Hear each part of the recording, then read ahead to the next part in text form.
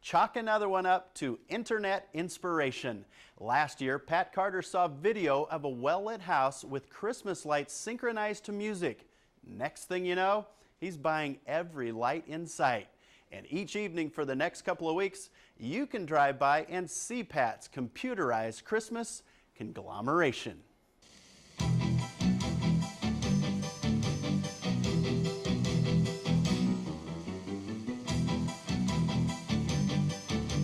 I started just around the end of Halloween. I was excited and I started putting lights slowly out. I didn't want to freak my neighbors out that I put all these lights up at once.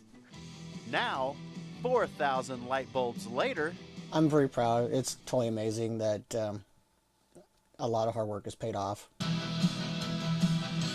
That hard work includes many, many hours of synchronizing the music to match his display.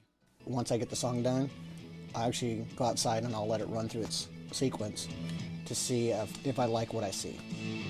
If not, then I can go back and change things. That's why it takes anywhere from 40 to 50 hours to program just one song. The song will play, then you have to sit there and listen for the beats, or they have a beat counter that kind of helps you out a little bit. It's called cheating, but it's worth it. To best enjoy this holiday musical masterpiece, people driving by need to tune in to FM 107.9. It's a lot of work, but as long as people enjoy it, it's worth it. And might this impressive show grow even larger in the future? Only one person knows for sure. Maybe add another couple 16 channels if my wife says it's okay.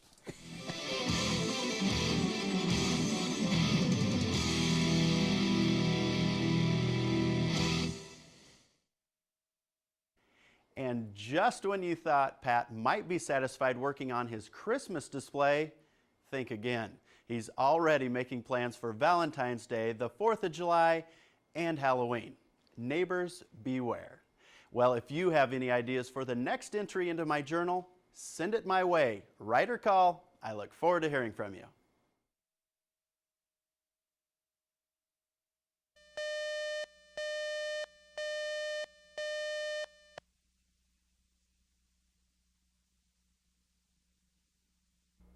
If you're ever asked to get into a shootout with Alex Sheehy, do yourself a favor and just walk away.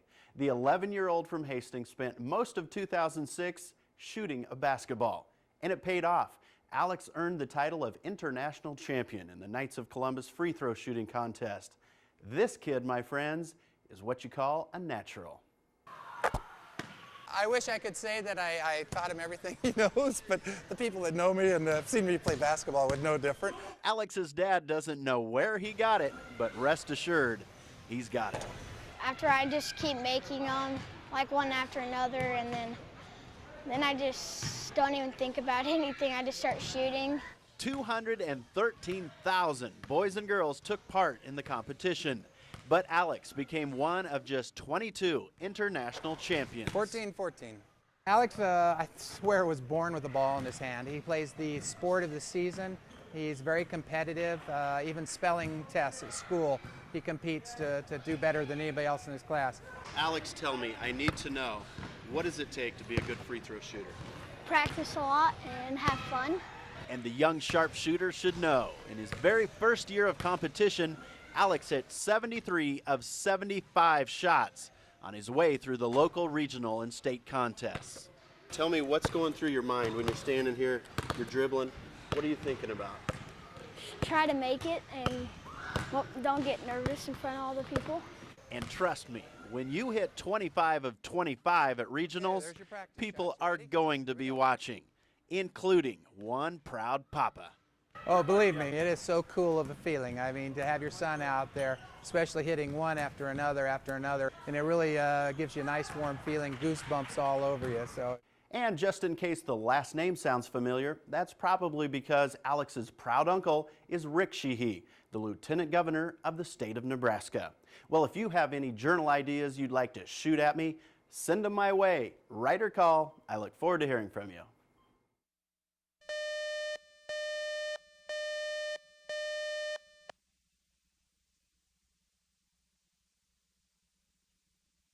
Never underestimate the Husker baseball family and its desire to give back to the people of Nebraska.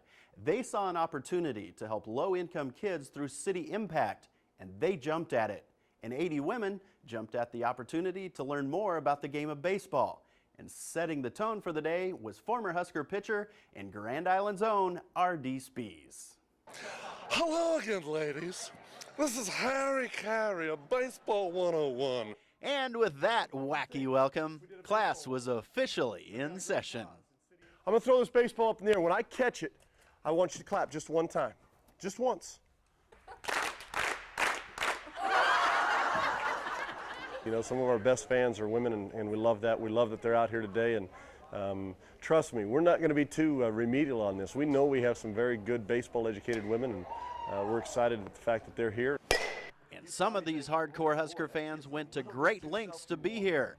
Kim Nelson drove over 7 hours to take part in the action. Oh, I just want to hang out with the baseball players. I'm excited about meeting them. I'm excited about learning more about how they call certain pitches. It's not to say that our catchers aren't good. This year, we believe that we should call the pitches. Until we kind of get into a flow and we develop more trust, we'll call the pitches. The split finger is this. You're going to grip it outside the seams. And from pitching, the ladies moved on to hitting. I'm going to take you guys through kind of our routine. You know, I've been waiting for this, well, pretty much my whole life to actually swing a bat for Nebraska baseball. So I am on cloud nine. This has been a great day so far. It's hit all of my expectations and actually exceeded them. And from a learning perspective, RD was great. He got down to the basics, but yet he treated us as though we were very knowledgeable. It's a win-win situation for us. We get more females coming to the games, and they're more knowledgeable, so they enjoy the game more. When Mort scores, we'll draw him in.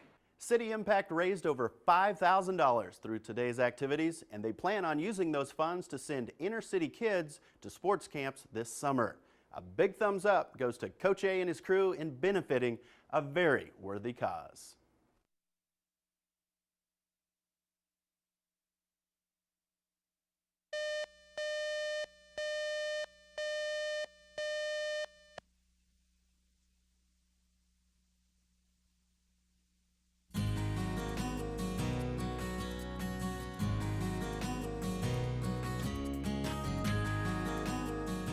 When the ice storm shut down Kennesaw, the community stepped up. There wasn't anybody in Kennesaw that wasn't taken care of. It's a wonderful little town. And Steve Campbell is one of the people that makes it so wonderful. Hello. Everybody wants to help people in need, so yeah, it's one of those things that makes you feel good and that you can try and help somebody that needs help. And the Oslagers' need for help came the morning after they spent a very dark, chilly night in a powerless house. I thought maybe that they didn't have any heat over here, so my wife called and checked, and sure enough they didn't. So then we started trying to get the ball going, find some place for him to stay. He was wonderful. He was our guardian angel. Diane, his wife, got us the apartment out to the village, and he has done so many things for us since Les has been sick. Knowing Lester and Laverne for a few years, you know, it's about like having a set of grandparents next door to you.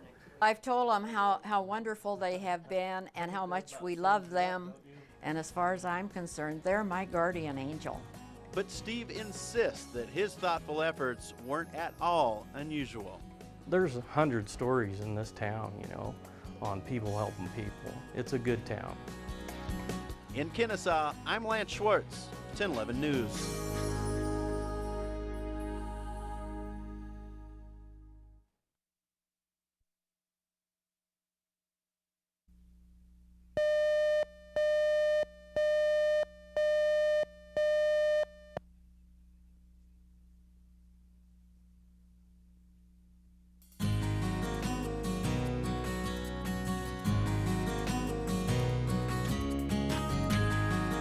This end plugs into the generator. Don Maston was thinking ahead. So I have a cord that goes from the generator to the house. And it was this generator that allowed the Mastons to really live up to the billing outside their front door. Their hospitality is great. With the generated power, Don and Deb Maston were able to house 14 friends for a week. That's just what Don and I do. I mean, that's what God has given us, the ability to reach out to other people, and that's just, our house is always open. I'm extremely grateful because I think I would have froze to death at home. 4 families benefited from the Maston's open house. Temporary tenants ranged from 5 months to 86 years old, and the entertainment was usually provided by Bailey. We all cooked together and we cleaned up together, and I mean, it was just kind of like we were one big family. We don't pull together a lot like we used to, and I think this helped families pull together, helped the community pull together, and allowed people to help people, and we need that. And so I felt like it was definitely a positive experience. An experience that left 3-year-old Bailey especially grateful. We love Don and Deb. We love Don and Deb. 5 heartwarming words from a 3-year-old that describes not only the Mastons, but the power crews who restored the electricity, the kind hearts in Kennesaw, and the newspaper people in Holdridge. It's the "what can I do to help" attitude that enabled Nebraskans to survive the storm. In Loomis, I'm Lance Schwartz, 1011 News.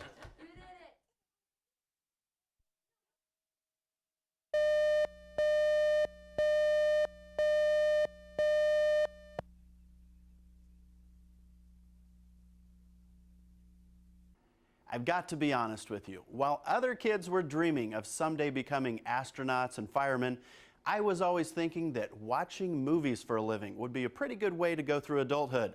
Well, it didn't work out for me, but it did for L. Kent Wolgamott. And now, 30 years into his career, the Curtis, Nebraska native has about 4,000 movies under his belt. Not a bad way to earn a buck. It's like it actually does beat having to actually work for a living. L. Kent Wolgamott started reviewing movies back in 1978 while at UNL. I mean, I don't even agree with myself all the time. He made his Lincoln Journal-Star debut 21 years ago, and it's a good gig. But make no mistake, it's no bed of roses. Here's a big complaint. Sometimes I have 6, 7 movies in a week, which is a lot of movies. But if that's your biggest complaint about your job, hey. I know, I feel sorry for him too. But remember, Kent is providing a community service. By me seeing it and writing, hey, this thing isn't very good, maybe I'm saving somebody 20 bucks and 2 hours of their life. And to do that best, Kent doesn't worry at all about public perception. You have to write consistently what you think about the films. And hopefully people will then develop a relationship with your writing. And it doesn't bother him at all if you don't agree. I have friends of mine that say, if I give a movie 4 stars, they won't go to it. Okay, so fine. I don't care. For Kent, writing the review is the easy part. The hardest part is? It's deciding how many stars. And absolutely the truth. I have more trouble figuring out, is it 2, 2.5? Sometimes movie watching can take a toll on you. When I take vacation, it's vacation from the movies. Right? I don't watch anything when I'm on vacation. L. Kent sums up his dream job like this. The line that I always use is that the worst movie is better than the best city council meeting.